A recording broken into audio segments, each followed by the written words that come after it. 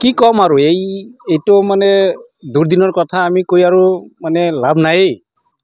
মানে বিগত কেইদিনমান ধৰি আমাৰ ইয়াত কাছাৰীপিটি তৃতীয়খণ্ড গাঁওখনৰ বহুকেইটা পৰিয়াল প্ৰায় 10ৰ পৰা 15টামান পৰিয়াল ইতিমধ্যে গৰাখহনীয়াৰ কবলত পৰি ঘৰ দুৱাৰ ভাঙি চিঙি ৰাস্তাত ৰাখিছে।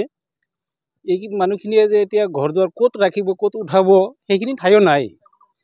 চৰকাৰী তৰফৰ পৰা মানুহ অফিচাৰবিলাক কিছুমান আহিছিল মানে MLA সাহেব আহিছিল, আহি আমাক আশ্বাসো দিছে যে মানে আমি যিখিনি কৰিব লাগে আমি কৰিম।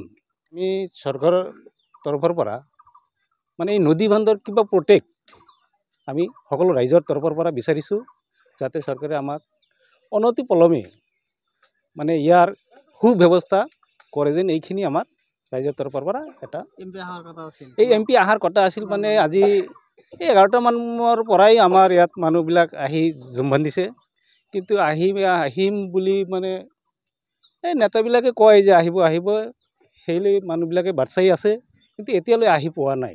MP অহাৰ কথা আছিল, আমিও শুনিছিলোঁ।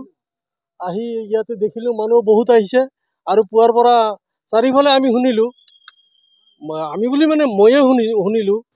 মানে মই মানে এটা সময়ত ধৰক MP জন আমাৰ কংগ্ৰেছী MP, মই এটা সময়ত যুৱ কংগ্ৰেছৰ পৰা আৰম্ভ কৰি মণ্ডল প্ৰেচিডেণ্টলৈকে কংগ্ৰেছ কৰিলোঁ। বৰ্তমান যিটো কণ্ডিশ্যন চলি আছে কংগ্ৰেছৰ ভিতৰ চৰাত আপোনালোকে দেখাই পাইছে। ধৰক আজি এটা প্ৰগ্ৰাম দি পেলাই ইমান মানুহক মানে আমি জাননী দিলোঁ, হওক আপোনালোকে হিচাপ কৰি 10 লাখ ভোটৰ ব্যৱধানত মানে আমাৰ MP জন বিজয়ী হৈছে এই ধুবুৰী লোকসভা সমষ্টিৰ। ভোট কিয় দিছে মানুহে? আৰু আজি চাওক, সেই আমাৰ কংগ্ৰেছ যিজন প্ৰতিনিধি ইয়াতে হৈছে MP, আমাক কি অৱহেলা কৰিছে, বৰ দুৰ্ভাগ্য।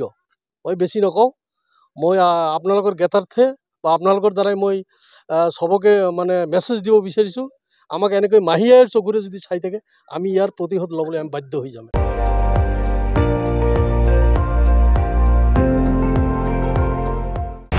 আপুনি চাই আছে ND24, সৰ্বশ্ৰেষ্ঠ নহয় সৰ্বোত্তমৰ দৌৰ।